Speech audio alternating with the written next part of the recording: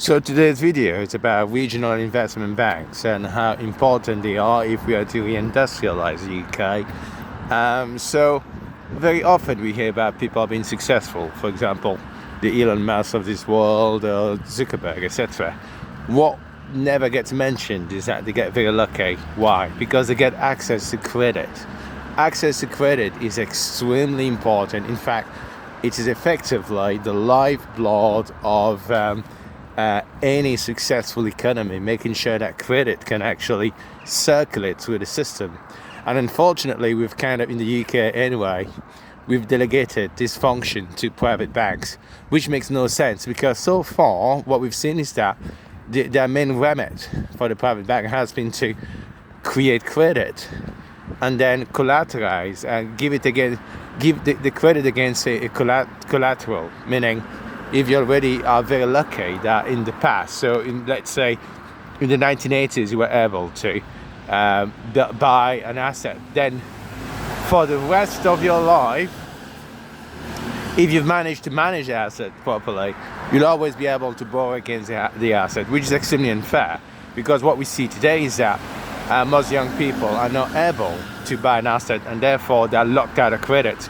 So before we go back to regional investment banks, we have to go back to the people that managed to get a successful business. Most of those people are lucky because they managed to get access to credit.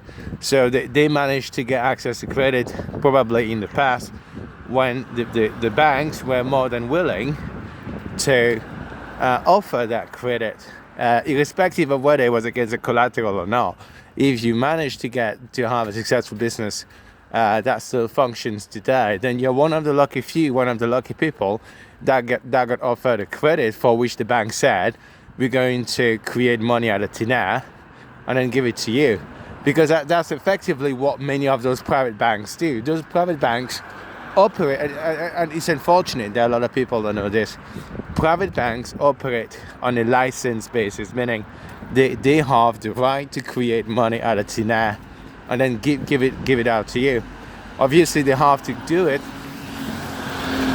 with some constraints added in, and within some limits. But the point is, you need to be one of the lucky few to which they say, okay, we're going to give you some credit. But now the question then becomes, should it be down to luck? And this is really the problem, and this is where you need to have regional investment banks, where the remit is really to say, okay, we are going to remove the luck aspect and really invest very heavily into the economy according to what we seek to achieve in the economy. So make money circulate towards where money needs to be. Now, this is something we actually observe in practice. We see that in China. And I've said in a previous video, in China, you don't have inflation, you have deflation. Why? Because they have created a lot of money, a lot of credit. And they've invested that credit very heavily, very massively towards productive assets, towards industrialization.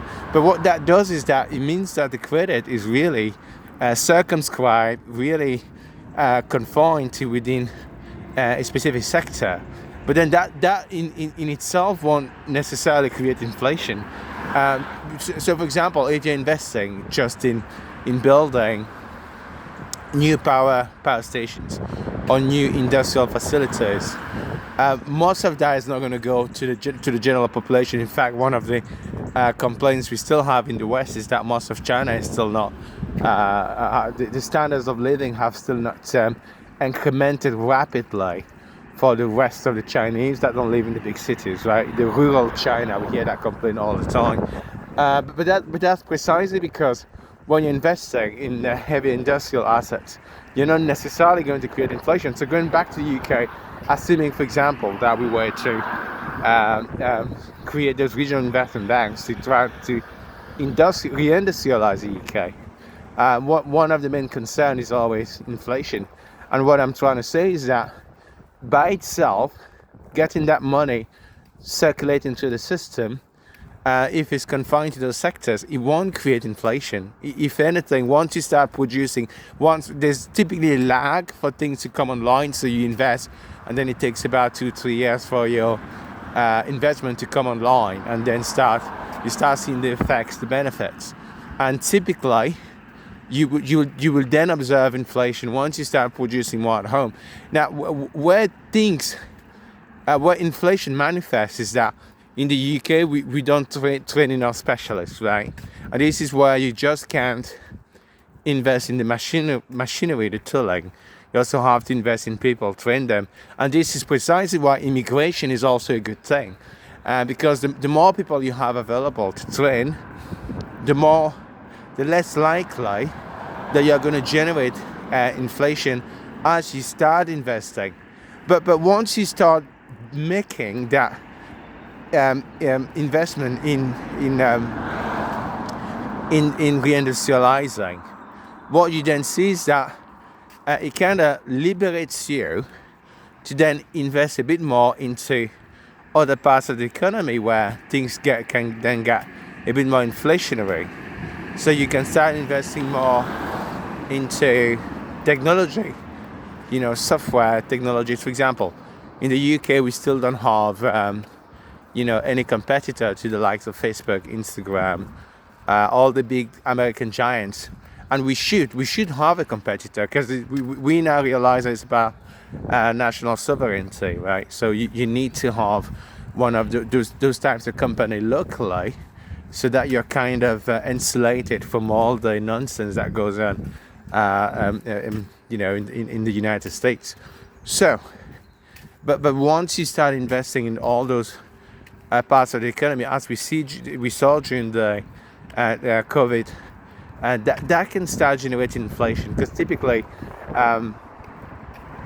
the salaries for those kind of jobs will tend to be a bit more elevated, and the approach when it comes to technological developments can be quite scattershot, meaning you might have to invest very widely, because with industrial development, like I said, it can be very circumscribed. You can sort of pick, okay, I want to invest more into such machinery. For example, what I advocate is that we should be thinking about how to build mobile phones in the UK again, and we can do it cleverly.